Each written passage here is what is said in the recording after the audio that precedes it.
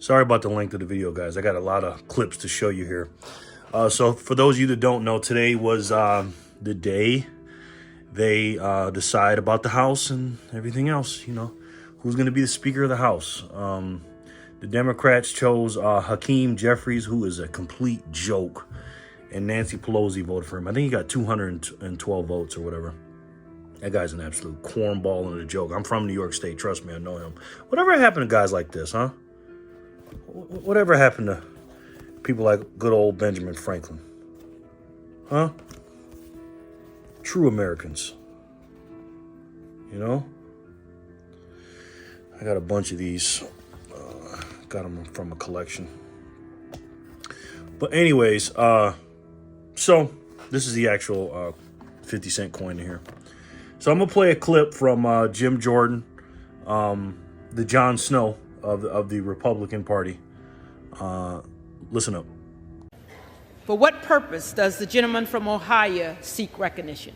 I rise to nominate Kevin McCarthy for Speaker of the House.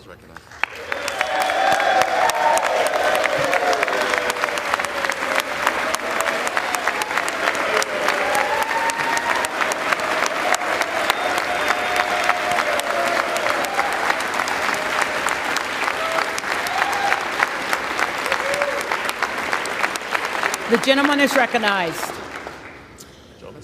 Thank you, Madam Clerk. I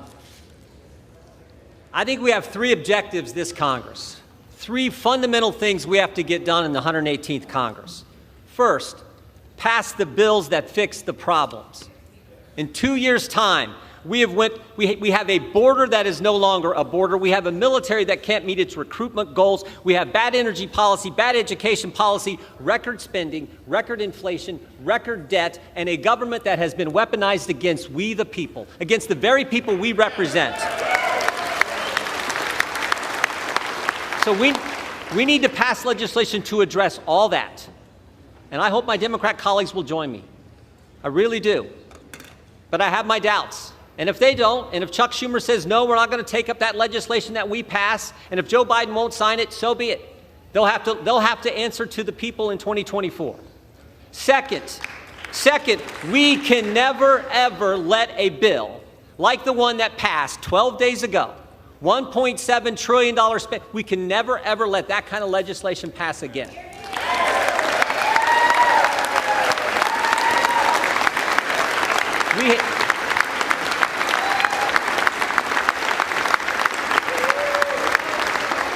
We have to pass a budget that makes sense, that's good common sense, then do the 12 appropriation bills that recognize it's the people's money, not ours, and send it to the Senate, and then stand firm on that legislation. And again, if they won't take it up and Joe Biden won't sign it, we can stand firm on a CR or something. We can have that fight, but we are not going to have what took place a week and a half ago ever happen again. And then finally, third, and this is important, we got to do the oversight, Will the do House the investigations.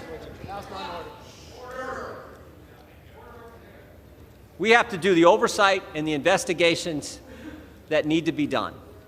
This idea that bureaucrats who never put their name on a ballot but think they run the country, who have assaulted our constituents' First Amendment liberties, they need to be held accountable. That has to happen. We need to do it.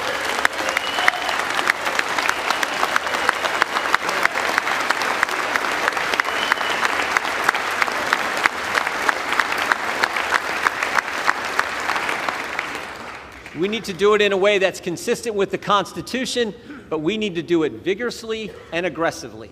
That is part of our duty as members of this body. To my friends here on this side of the aisle, I would just say this. The differences we may have, the differences between Joyce and Jordan or Biggs and Bacon, they pale in comparison to the differences between us and the left, which now unfortunately controls the other party. So we had better come together and fight for these key things, these three things. That's what the people want us to do. And I think Kevin McCarthy is the right guy to lead us. I really do, or I wouldn't be standing up here giving this speech. I came in with Kevin. We came in the same time 16 years ago. We haven't always agreed on everything, but I like his fight. I like his tenacity, and I like the I remember Kevin told me, I actually wrote about this in a book. I remember Kevin told me He said, when the toughest times in life are when you get knocked down. The question is, can you come back? And I've always seen him be able to do that. We need to rally around him, come together, and deal with these three things, because this is what the people sent us here to do. My favorite scripture verse is 2 Timothy 4:7. Paul's the old guy giving advice to the young guy, and he says, fight the good fight, finish the course, keep the faith. I like the verse because it's a verse of action. Fight, finish, keep. Not wimpy words, words that I think fit America. That's what the American people want us to do. They want us to fight for the things they care about and they elected us to do. And we should all remember, only about 12,000 people have ever had the opportunity to do what we're doing today, sit in this body, serve in this Congress. It is a privilege. It is an opportunity. We owe it to them, the American people, the good people of this great country, to step forward, to come together, get a speaker elected so we can address these three things. I hope you'll vote for Kevin McCarthy, and that's why I'm proud to nominate him for Speaker of the House.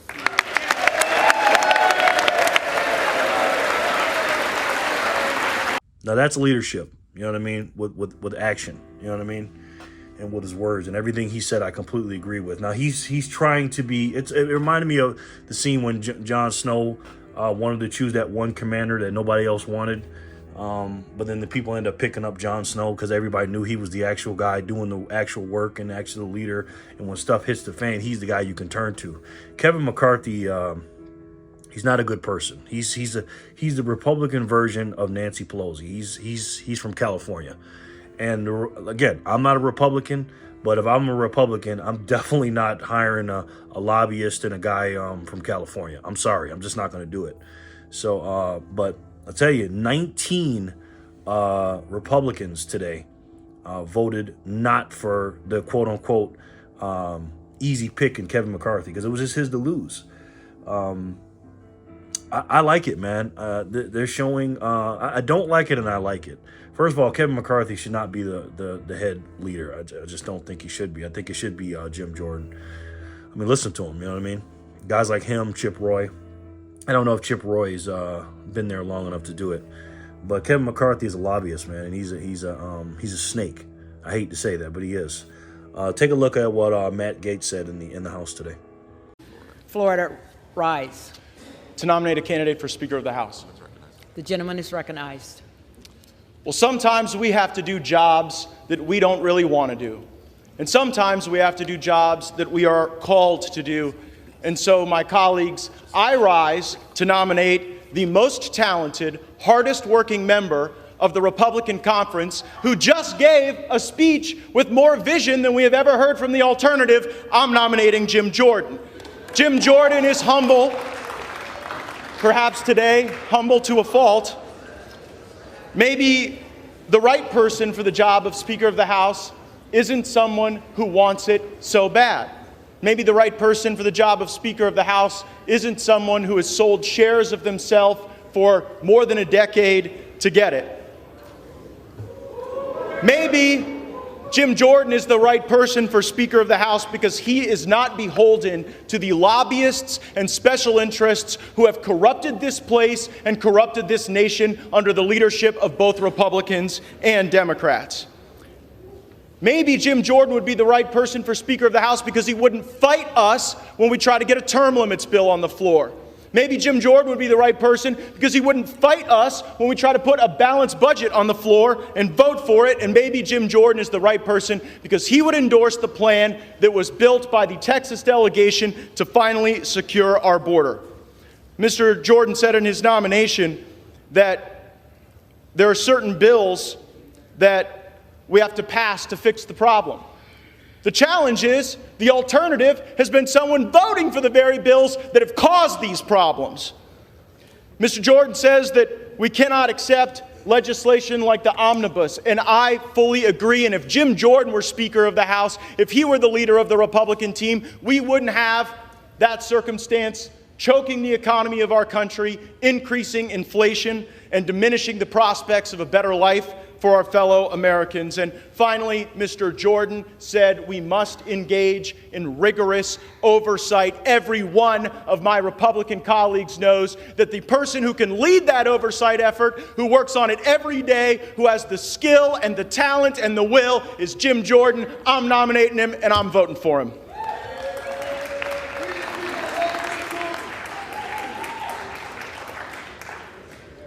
I couldn't agree more. You know what I mean? He also spoke afterwards, too, with Lauren Boebert by his side. Take a listen. Those of us who will not be voting for Kevin McCarthy today take no joy in this discomfort that this moment has brought. But if you want to drain the swamp, you cannot put the biggest alligator in charge of the exercise. I'm a Florida man, and I know of what I speak. We offered Kevin McCarthy terms last evening that he rejected. We sought a vote in the first quarter of the 118th Congress on term limits. He refused. We wanted a budget from the Republican Study Committee that balances on the floor in the first quarter. He refused. We wanted the border plan that the Texas delegation put together on the floor. He refused. And it is true that we struggle with trust with Mr. McCarthy because time and again, his viewpoints, his positions, they shift like sands underneath you. Even Kevin McCarthy's own mentor recently said that the lies always change. And Mr. McCarthy is not only responsive to pressure from the right. Time and again, he has failed to achieve the goals that we seek on spending and on the fight. For months, we have been asking Mr. McCarthy for his battle plan. How do we ensure that we stand up for folks in the military who feel like they're being purged? How do we ensure that if there's the passage of a farm bill, it includes things like work requirements? And all we got was a handful of howdy and a mouthful of much obliged. So we do not want to be here at this moment. We would prefer to have a unity of purpose, but we will not continue to allow the uniparty to run this town without a fight. There's very little difference between Nancy Pelosi and her California delegation mate that seeks the gavel. And we want to change because this town is broken. And this is a person who has acknowledged in Mr. McCarthy that the town is broken, and he has been a part of that process for many years as a member of the leadership. We'll take some questions. Let me ask the three of you a question here. So let me just clarify something. You're based on your remarks, Ms. Boebert's remarks, and Mr. Perry's remarks. Are you saying because we took things to this brink in the 11th hour right before the Speaker's vote, he is unqualified to be Speaker? In other words, a Speaker, a leader, would have worked this out a long time ago. Well, yeah, I reject the premise of the question. We did not take this to the brink. For many months, we have been presenting these ideas to Mr. McCarthy, and we have gotten strung along, and only on New Year's Eve did we see changes to the rules. And what's interesting about the meeting we just had is our colleagues broadly celebrated rules changes that many of us had been fighting for to ensure that we had an opportunity to read the bills before voting on them so that we did not get log rolled with multiple pieces of legislation put together that don't have the same subject, so that we had germanity rules, so things like the National Defense Authorization Act wouldn't be amended onto a water infrastructure bill. And we did not get timely responses from Mr. McCarthy. We did not get substantive responses from Mr. McCarthy because I think he thought that just by going on your network and others that he would browbeat us into submission to the swamp, and we're not going to do that. So just to be clear, none of what you heard in there from McCarthy was enough to get your support. Everything I heard hardened my resolve that this town desperately needs change, and if it's a few of us who have to stand in the breach to force it, we are willing to do so for as long as it takes. Just to be clear, none of what you heard in there from McCarthy was enough to get your support. Everything I heard hardened my resolve that this town desperately needs change, and if it's a few of us who have to stand in the breach to force it, we are willing to do so for as long as it takes. So how many votes is that? Let's clarify if he offered single-member motion to vacate in that meeting. Kevin McCarthy personally did not, and not in that meeting. Staff brought it to our attention that they're willing to go there. It has still not been offered to me by Kevin McCarthy, and I want to make it very clear. We offered a deal. There were personnel requests because personnel is vital in the absence of trust. Personnel is policy. We made the deal. The deal was rejected, and as it stands, I will not be voting for Kevin McCarthy as Speaker. So now I think, if I'm not mistaken, Matt Gaetz might have voted for somebody else and then changed it to Jim Jordan after Jim Jordan's speech. Because as you can see, he spoke Matt Gaetz spoke after Jim Jordan did. But take a listen to him about a week ago, before the House of Representatives, and he was getting interviewed. Take a listen to what he said. Sorry about all the clips, guys, but I got to put this in the context. Take a look what he said about our beloved Kevin McCarthy. I'm not voting for Kevin McCarthy for Speaker because I think he's just a shill of the establishment. I think that Kevin McCarthy is little more than a vessel through which lobbyists and special interests operate. And the reason most of my Republican colleagues are supporting him is because they benefit from the redistribution of lobbyist and special interest money through McCarthy to their campaign accounts. And the bottom line is that's not going to work anymore. We need someone like Jim Jordan as the Speaker of the House who can cast a vision and who has the trust and confidence of people across the spectrum in the House. KJP said that the Republicans are up to border stunts. They're doing publicity stunts at the border. Kevin McCarthy's at the border. What is his plan? What is he doing to help the situation that we're seeing? He goes down there and he does a political stunt like many Republicans do, but he actually is not putting forth a plan to help us deal with an issue that we're all seeing, that you all are reporting. Do you think that's what McCarthy is doing when he goes down to the border? What I'm asking you is, do you think he has a plan for the border? Does McCarthy have a plan? Well, the plan ought to be to impeach Mayorkas. And McCarthy was against that until he saw that he needed the votes of populist conservatives, and then all of a sudden has changed his tune. I don't believe that's sincere. I know we have a crisis on the border. We're going to be at the point where we have tens of thousands of people coming over each and every day, and we need a Republican Party willing to stand up to that. And actually, Paul Ryan, like that wing of the Republican Party, they believe in unchecked immigration because it lowers wages and it lowers labor costs for big business. And when Paul Ryan was pushing the pro-amnesty agenda through the Congress as the leader, well, Kevin McCarthy was right there by his side, not standing with us, not standing up for the real asylum changes, not standing up against the pathway to citizenship that some of the rhinos want. So I have not seen McCarthy fight enough on the border. What went wrong in the midterms for Republicans? You guys won the House. A lot of people think that you guys underperformed. What do you think went wrong? Well, I think it was a real mistake to have our own leadership playing in primaries and hurting us when we wanted to coalesce around candidates. I'll give you two quick examples. Caroline Leavitt in New Hampshire. McCarthy spent millions against her. She then was our nominee and lost a close race. Joe Kent in Washington State.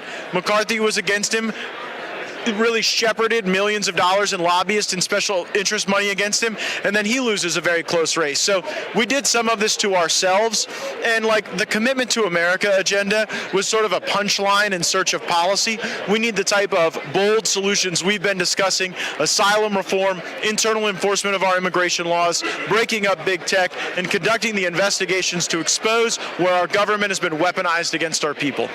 Again, I couldn't agree more. You know what I mean? It's a joke, man. I mean, the Republican Party is almost turned into the Democratic Party. It really is. I mean, you're a rebel if you go against what they said. Newt Gingrich was on one of those shows on Fox News, and he actually used the words, "They're rebels," going against Kevin McCarthy. Take a listen. But I have to tell you, I've been watching C-SPAN more intently today than any time in a very, very long time. And I was impressed that even when the rebels decided to consolidate around Jim Jordan, who of course had just nominated Kevin McCarthy, the number of votes didn't change. They didn't get any new votes. So I'm looking to the third, fourth, and fifth ballots to see what's going to happen. My guess is that McCarthy, in fact, will in the end be Speaker. I wrote a newsletter recently pointing out that it was Kevin or chaos because, I mean, if for any reason the radicals were to somehow be able to drive him out, they would have established a precedent that anybody else can do the same thing. Lincoln warned about this in his first inaugural and said, the problem with secession is once you establish that right, everybody can secede from everybody. Well, the five who started this fight have now given every other member of the House Republican Party the moral right to go out and find four friends and have the same chaos. And I think that's why the conference has been overwhelmingly solid, and they're still overwhelmingly solid. Even with Jim Jordan's name, and Jordan is certainly a very serious person, the numbers didn't change at all.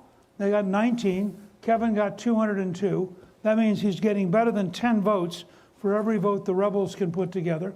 And I think they have no end game. These people can't play tic-tac-toe. And I think that's part of the problem is they've gotten themselves, they're like the dog that caught the bus. They've gotten themselves in this position. They can't get out of it. And if Kevin is prepared to calmly and cheerfully wait them out, at some point their districts are going to start calling them and saying, you know, what are you doing? Why are you ruining the Republican Party? Again, guys, I mean, this is why I'm not a Republican. You know what I mean? And I highly suggest you don't be one either if you are one. Be a constitutionalist, man. Be an American. Be a person that goes with our America First policies, and we just go by the Constitution. It's simple. You know what I mean? That's all you got to do. So I had to show you this stuff real quick, guys. Tomorrow they'll be voting again, and Kevin McCarthy will probably get in. You know, you need 218 votes. I think he got 202.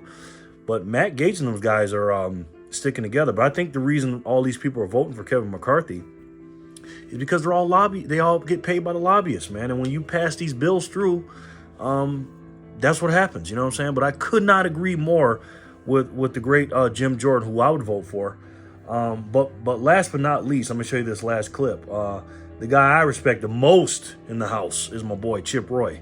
Take a listen. I'll leave you with this one. Take a listen to what he has to say, and I don't need to say anything else. I'll talk to you guys later.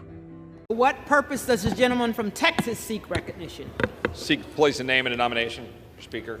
The gentleman is recognized. So this is what the chamber looks like when we're actually debating and the bodies are in the chairs. How many times have we been down here giving speeches and there's not a soul in the chamber?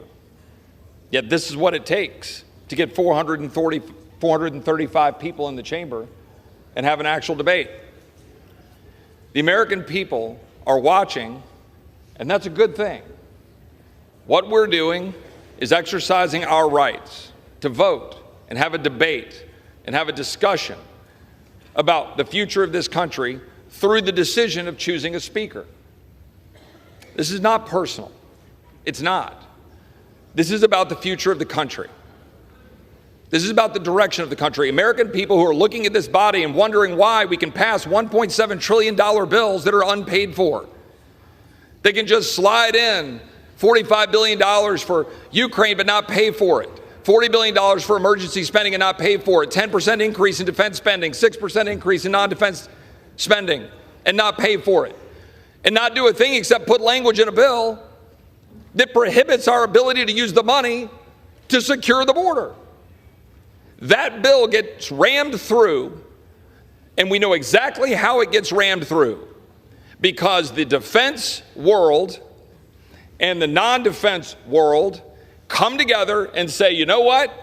We're going to cut a deal, and we'll all go to the mics, and we'll all go give speeches, and the American people are the big losers. That's what happens. We know that's what happens. The Rules Committee sits up there and passes a bill, sends it to the floor, and we have no debate on the floor of this body. We haven't been able to offer an amendment on the floor of this body since May of 2016. The former leader and I have discussed this right here. That's true. But the fact is, this place has to change. It has to change. And the change comes by either adopting rules and procedures that will make us actually do our job, or it comes from leadership. And people ask me, what do you want?